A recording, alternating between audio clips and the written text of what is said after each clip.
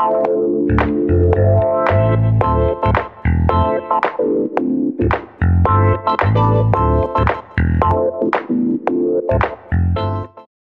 and welcome back to London. Here we go again with the last set of interviews before the Christmas break. I've been chatting with Craig Urnham from Alpari about the LDP's victory in the Japanese election and what that means for the yen.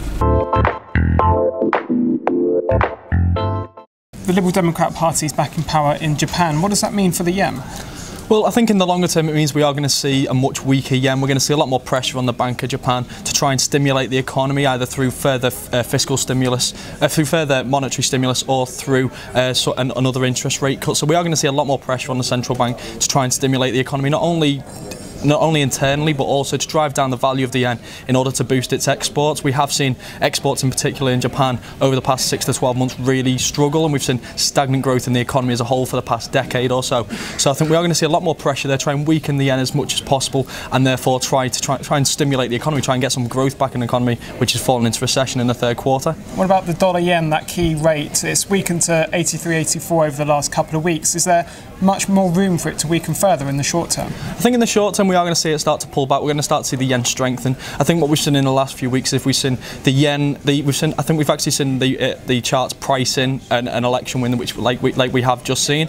And usually when we do see this is when we start to see it pull back, pairing some of these losses and maybe start to again continue to weaken over the next 6 to 12 months or so. But in the short term, over the next couple of weeks, I do think we are going to start to see a pullback in the pair, maybe move back to around that 82 area before we start to move higher again. What about the long-term trend for the yen? Because for many years it has been strengthening on its safe haven status. Do you think now that that's going to change and we're going to see a prolonged period of weakness? Absolutely, especially if the Bank of Japan do comply with what the new government do want. I mean, like I said, we do need a weak yen if we're going to see the economy start to strengthen. And it's a bit strange the fact that we have seen the yen seen as a safe haven for so long now, given the fact that we have got a weak economy with weak growth. We've got a weak outlook for exports. We've got deflation essentially in the currency. We've got high debt levels. We've got debt levels around 200% of GDP. So it's quite strange to see that we have actually had this yen as a safe haven. And I think now what we're going to see is we're going to see it start to move back towards one of those risk-associated assets. We're going to see it weaken significantly over the next 6 to 12 months once we do start to see the Bank of Japan implementing this stimulus, and then hopefully that will benefit the Japanese economy, bringing them out of recession. Now, so we need our token fiscal cliff question to the year. Yes, no, maybe. Where do you stand at the moment? At this moment in time, I think it's going to go up to the final day.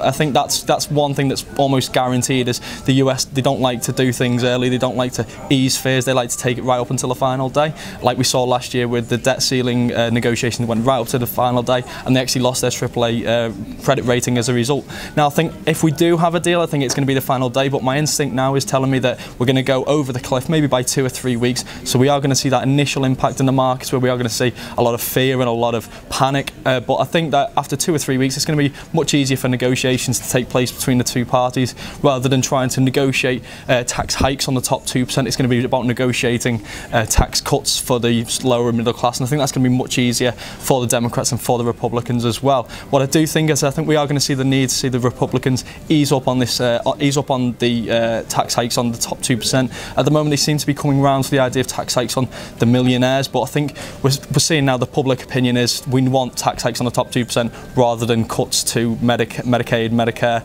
and all these other entitlement programs. But I do also think Barack Obama's going to need to negotiate more, because at the moment he's giving very little in return for the Republicans, to getting the Republicans on his side in terms of this tax hike on the top 2%. Yeah, Sean, just to finish on the euro dollar, it has started the week relatively strongly, moved to 131. How's it going to react in the first few weeks of January if we do go over the fiscal cliff? I think in the first few, if we do go over that fiscal cliff, I think we are going to see it start to pull back, maybe back towards 130, even a little bit below, because not necessarily because fundamentally people think the dollar is strong, but it's just that safe haven status all over again. I think people are it's going to cause a lot of panic. If the US do go over the fiscal cliff in the long run, it could send not only just the US into recession next year, but it can send a number of other economies into recession as well. And the US dollar does have that safe haven status, so when people do panic, when there is that uncertainty and that negativity in the markets, people do tend to favour the safe haven dollar. So if we do go over the fiscal cliff, even if it's only for a few weeks, I do expect to see the US dollar index start to rally once again. Well, that's all for the moment. We still have interviews with Savvy Trading, ETX Capital and IG Markets to come this week, but for now, goodbye.